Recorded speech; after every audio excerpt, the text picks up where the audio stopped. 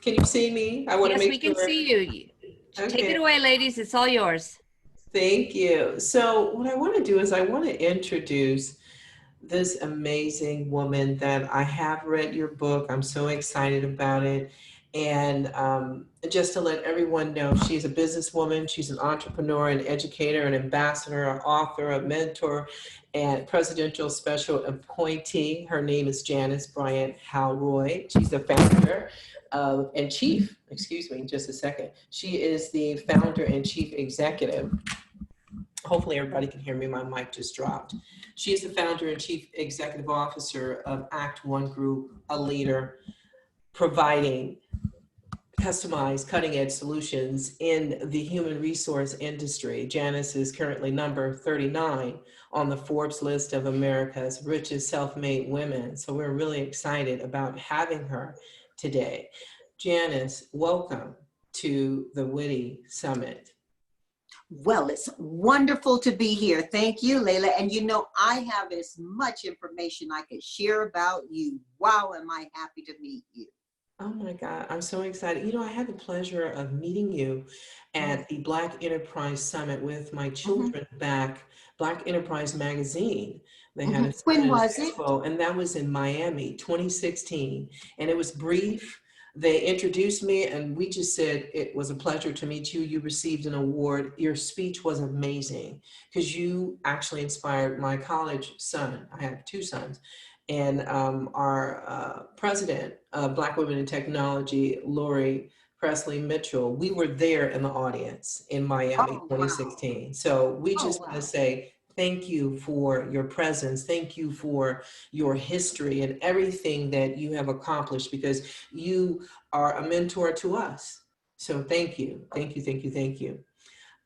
My first question, and I'll just get straight into this winning in business and life using down home wisdom. We Well, have, I'm not going to get straight into it. okay. Before we do that, Yes, I need to level set. yes. How are you in the midst of everything that's happening in front of us? How are you? Let's speak to our wellness first, may we? Yes, yes. I would say, you know, there's so much that's taking place in the United States and the world today that it's a bit overwhelming. And if it wasn't for God and prayer and meditation, and then being a mother to college, you know, graduates to state, there's a lot going on. So if it wasn't for the meditation and the prayer part, I probably would be an emotional wreck. So I thank God for balance in my life, you know, I'm because it's a lot. so glad. I'm so glad to hear you put things within perspective. Yes, ma'am. Um, Over this last couple of weeks, let's just stay within the last 2 weeks. Lately, I can't tell you how many conversations I've had with professionals, corporate executives, all wanting to revisit who they are in the midst of what they didn't know. And I found that I was actually asked a question yesterday morning, 5 o'clock California time, Yeah. 5 o'clock a.m. How are you feeling right now? And so, in that same spirit, I wanted to just level set with you. Be in a great place right now, in the midst of a storm. And you spoke to faith, and we know faith without works is dead. Yes, we do. You did speak to faith, and you spoke to prayer, you spoke to meditation. So, with those as gifts, I do believe that we can find not simply our balance, but we can find our thrust that will allow us to thrive. And this is the season to plant that for all of us. So thank you very much for letting me know. Yes, and that means so much because, you know, we look up to you and women in that same realm as you, because you are a leader, you know, and when we look at leaders, we should either learn and grow and continue to get better and better and better. So thank you for asking that question because many of us who are moms, who have, you know, children who are Black Americans, you have to talk to them. You got to get yourself back in that realm of how can I be positive? How can we be positive? How can we make a positive impact? And then you think about, COVID-19, like to be in your house instead of in your office. That was overwhelming as well. And it still is, because it's still here. So those of us who are business women, those of us who are in technology, it doesn't even matter your given field, you have to kind of reflect and go deep within. And sometimes with the news, it could be so much that you have to turn it off. So So we've got to be very thoughtful about where we find our news. We've right, got to be highly discriminating about who we allow to feed data into our consciousness, because all of that data at some point becomes information. It just comes in as data when it's being thrown at you. And that's how you're feeling the overwhelm of it.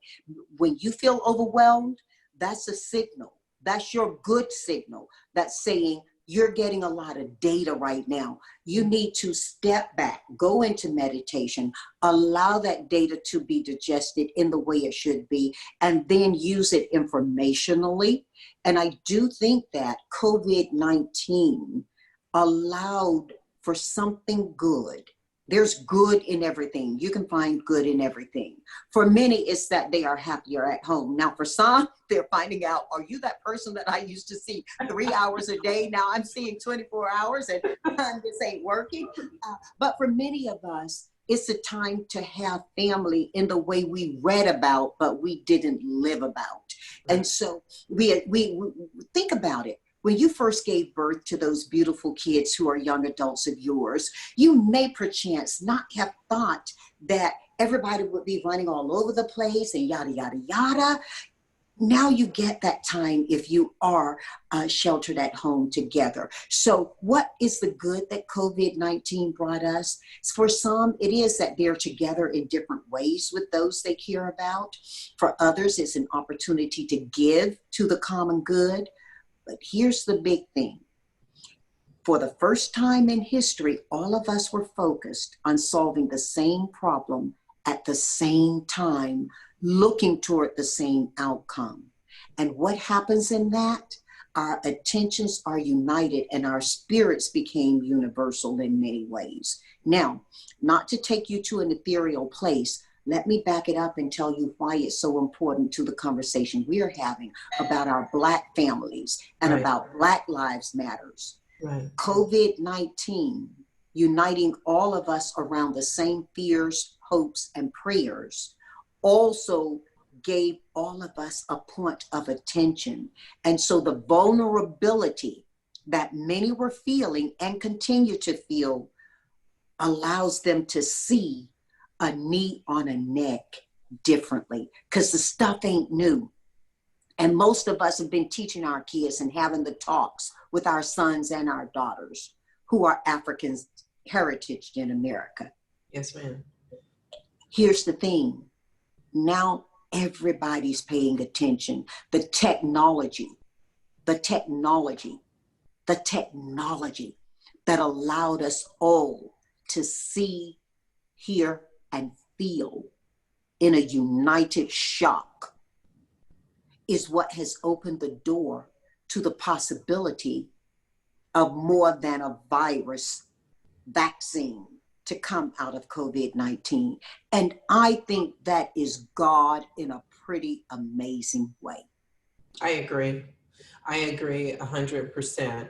And I thank you for opening up the platform in this manner, because sometimes we just want to go straight for the questions and we want to go into it, but this sets the tone for all of us who are listening, who are hearing, to just pay attention to your words of wisdom, because you're right. Positive has came out of COVID-19 and also what has taken place in the nation as far as, the race relations and all of that since May going into June, because we have a different perspective. It should be about elevation for all people because we live here together. We have to work together.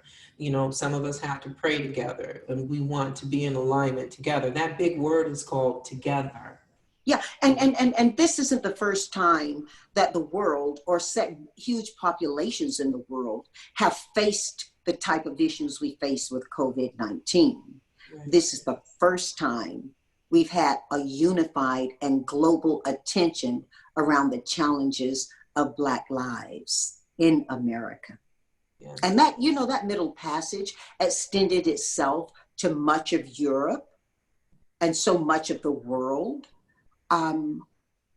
We're looking at the United States right now because as a new country, we took such great advantage of the slavery that occurred here.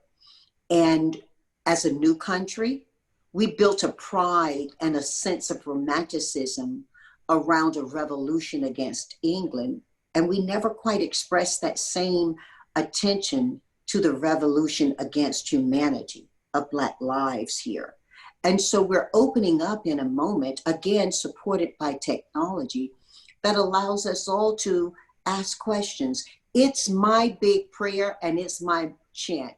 It is my chant when I am in my own meditation.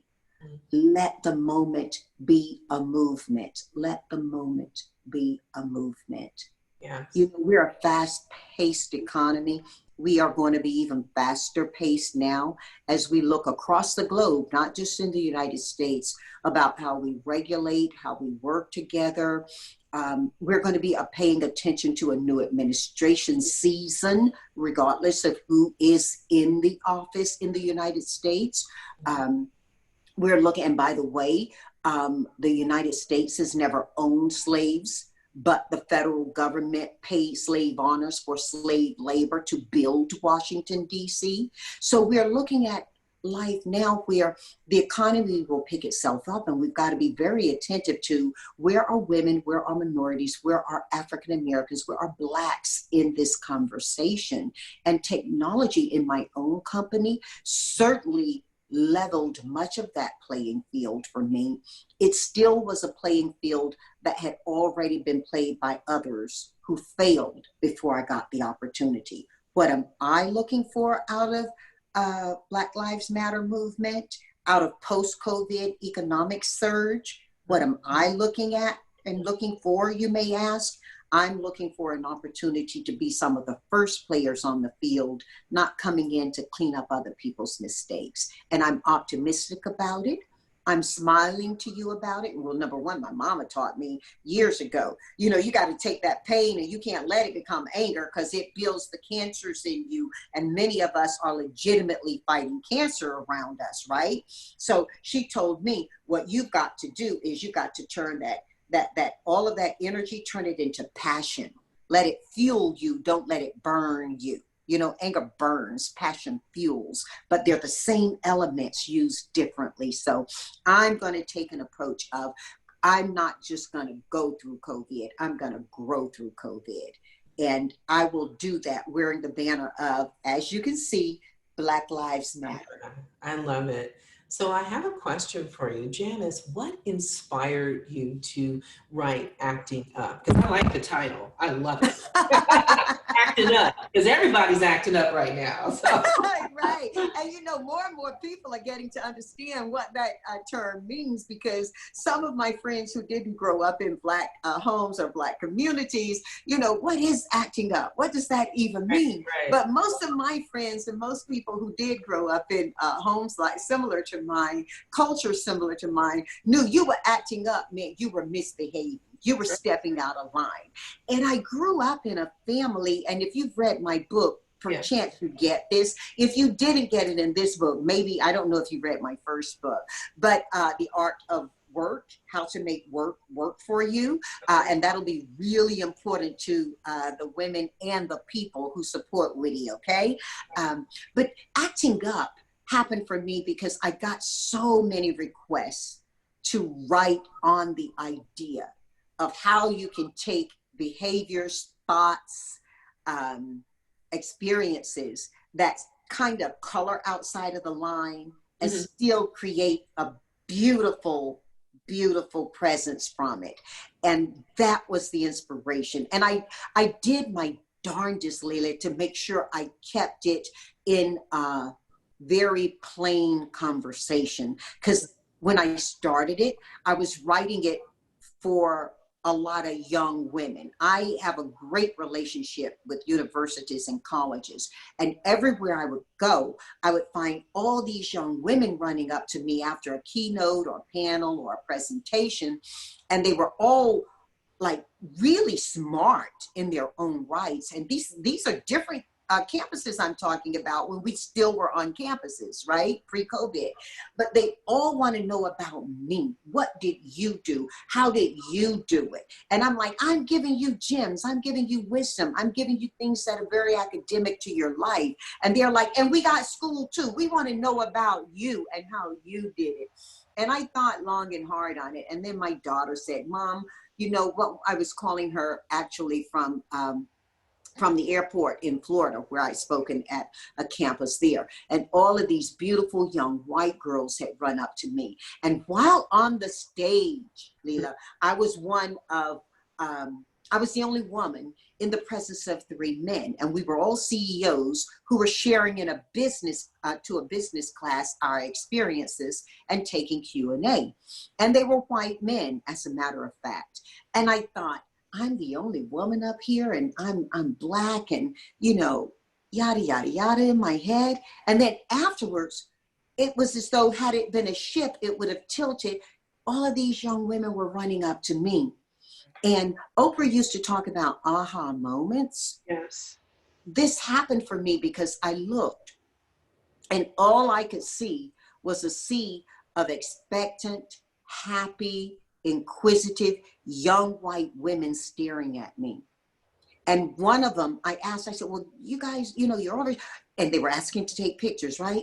And one said, oh, we never get to see anybody who looks like us on stage. And the reality for me was that I saw myself as a Black female on that stage. By the way, that doesn't change and doesn't have to be a negative for me, okay?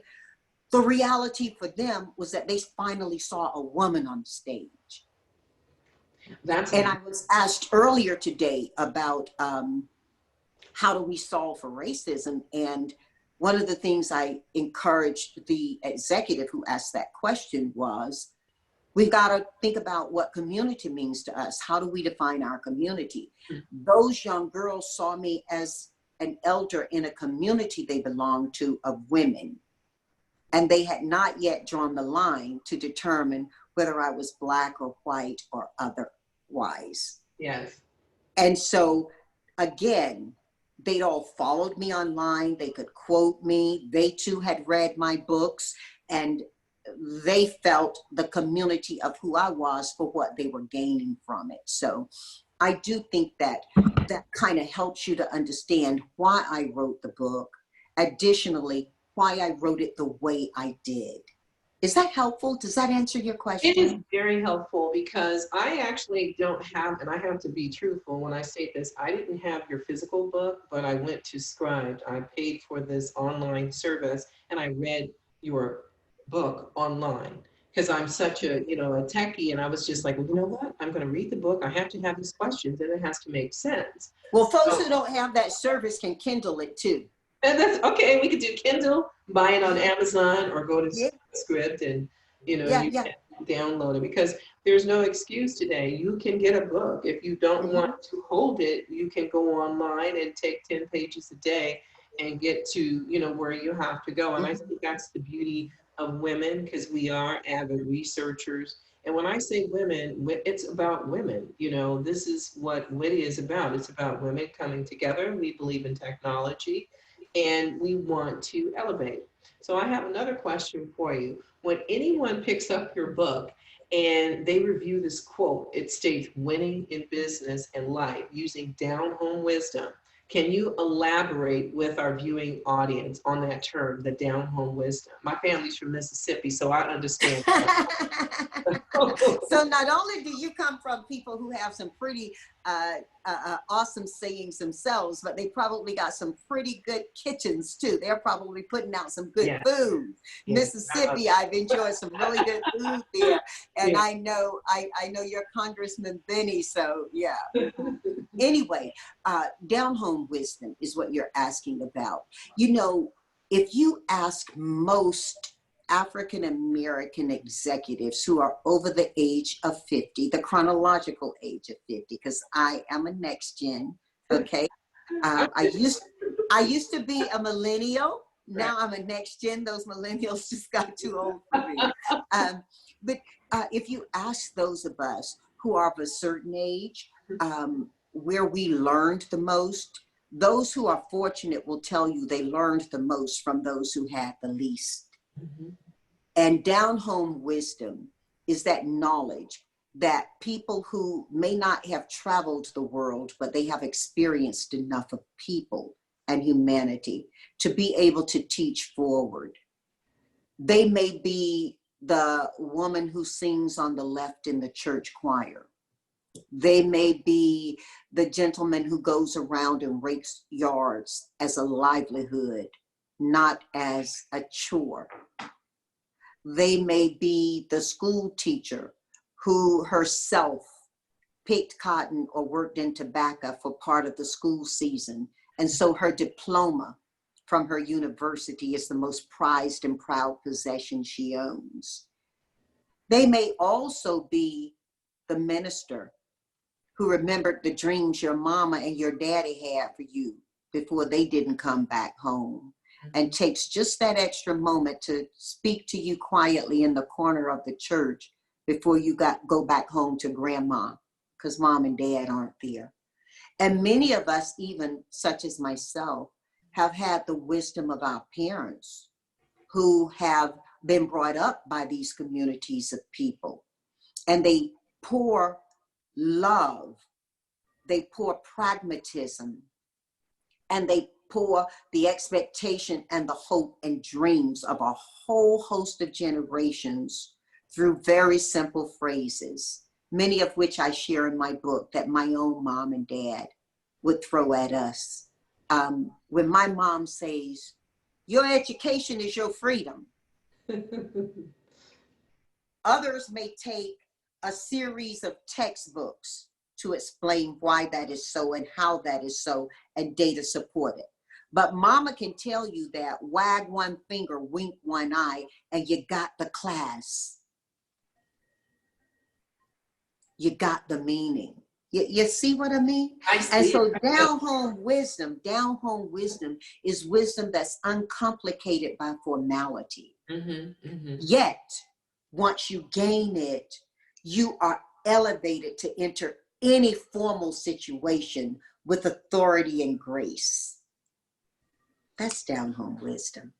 That's exactly what we need now. Is sometimes you have to reflect on the positive aspect of your past with your family to go forward in the future. Because my grandmother used to have all these different sayings, and really my family is quite, how can I say, my father's family is from Mississippi, my mother's family is from New York and Pennsylvania. So growing up and being, living in LA. Well, when you look at what happened post-Civil War, Yeah. You can still trace your mom and your dad back down south, likely.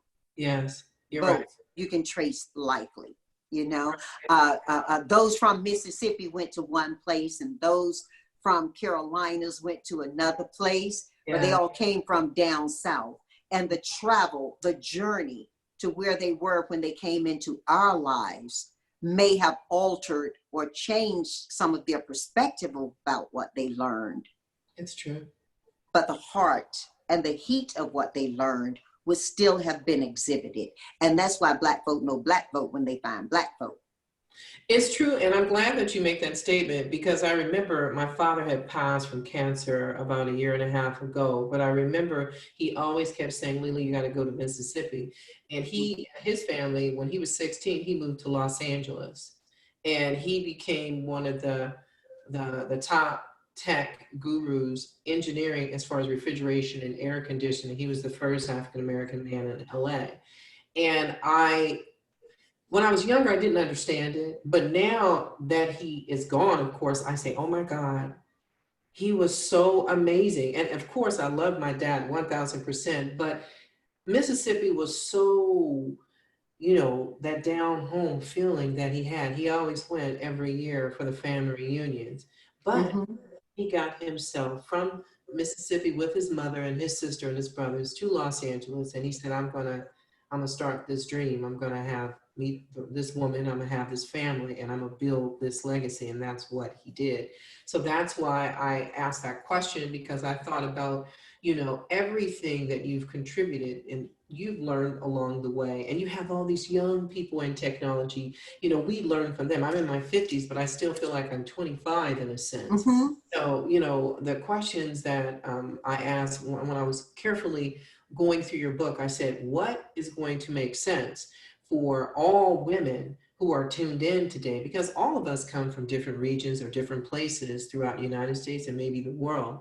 But I do have another question. Who is your audience today? What is the composition of your audience today? As far as Lifestyle Elevation Media Group, the digital. Who's listening? Who's listening to what we're talking about? I think young and in between middle age to, I don't like to use the word older. I rather say like you're a sage. I don't like that word old. So I would say if I had to think about who's listening to me or who's listening to you, I think now everyone is listening.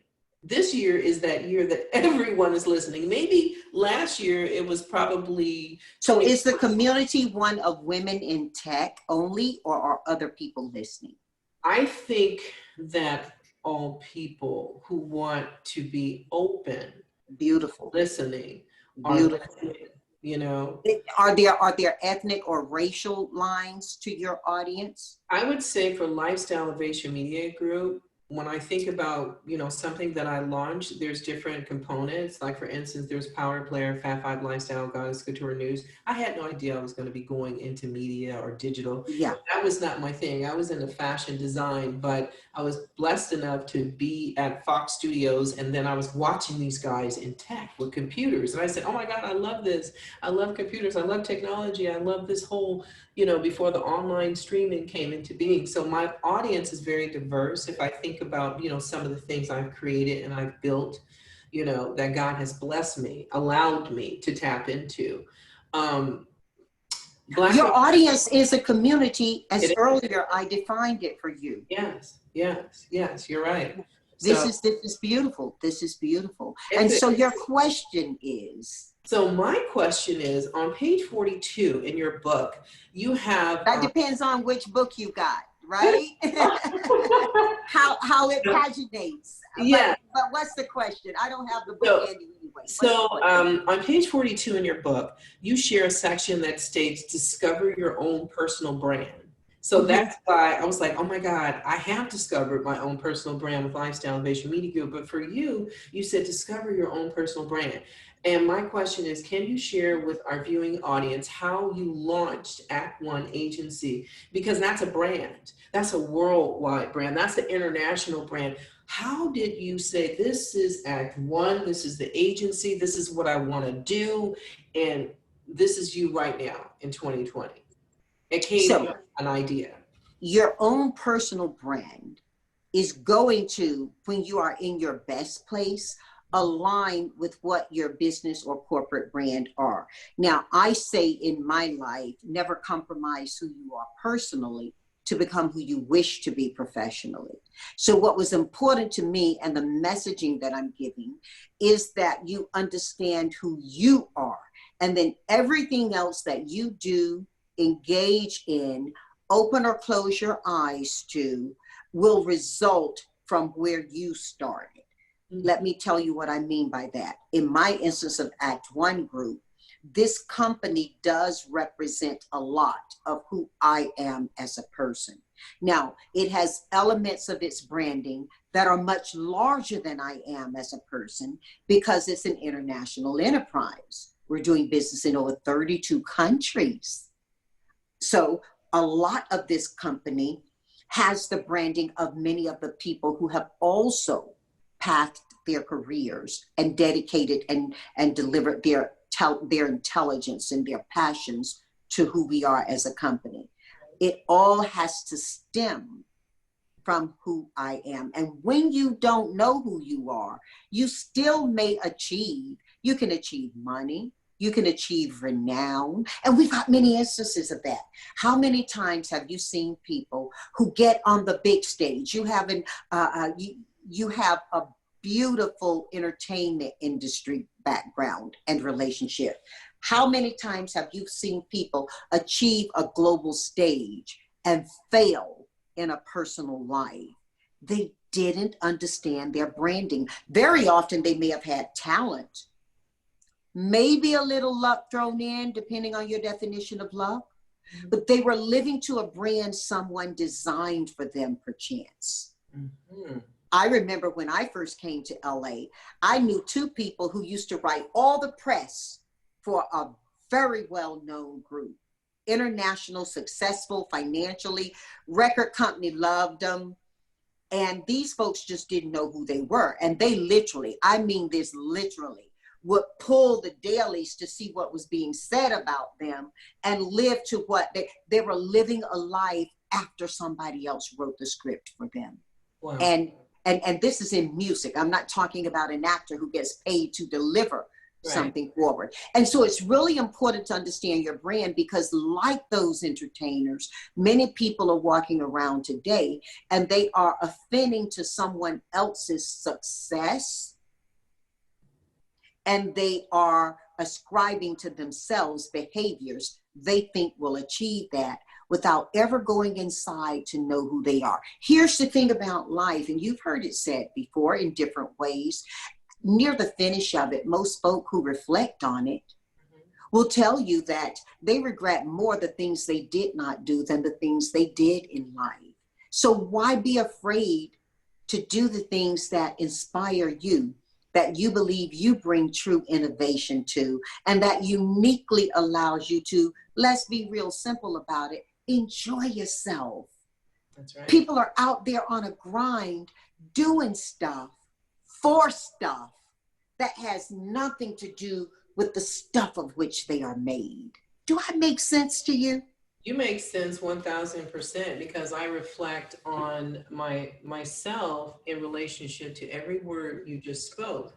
Mm-hmm. Many of us who are now 40, 50 years old, when we started, we were doing what our parents said, you should go in this direction, you should do this. And then once you graduate from college, you have to get a job because you want to be successful. And it may not be the job you want, but you have to get a job because, the way I was brought up, it was like, you have to go to school, you have to graduate from high school, you got to go to college, you go to college, you get married, you have children, you still have a career, you have to do it all. You have to be it all. You can do it all and you can be it all, just not at one time. Yeah, and it's too much. And I think, many of us who have, went through a divorce, and then you're like, okay, I've got to put my energy into these children, but I also have to put my energy into my business. And I really did not find myself probably until going into 40 after, my divorce. And I said, I want to create. I went to school. I went to FITM to create. I like to create. So I may not do it as far as sitting at a sewing machine, working, a clothing manufacturer, which I did for 12 years. I want to do it as far as technology.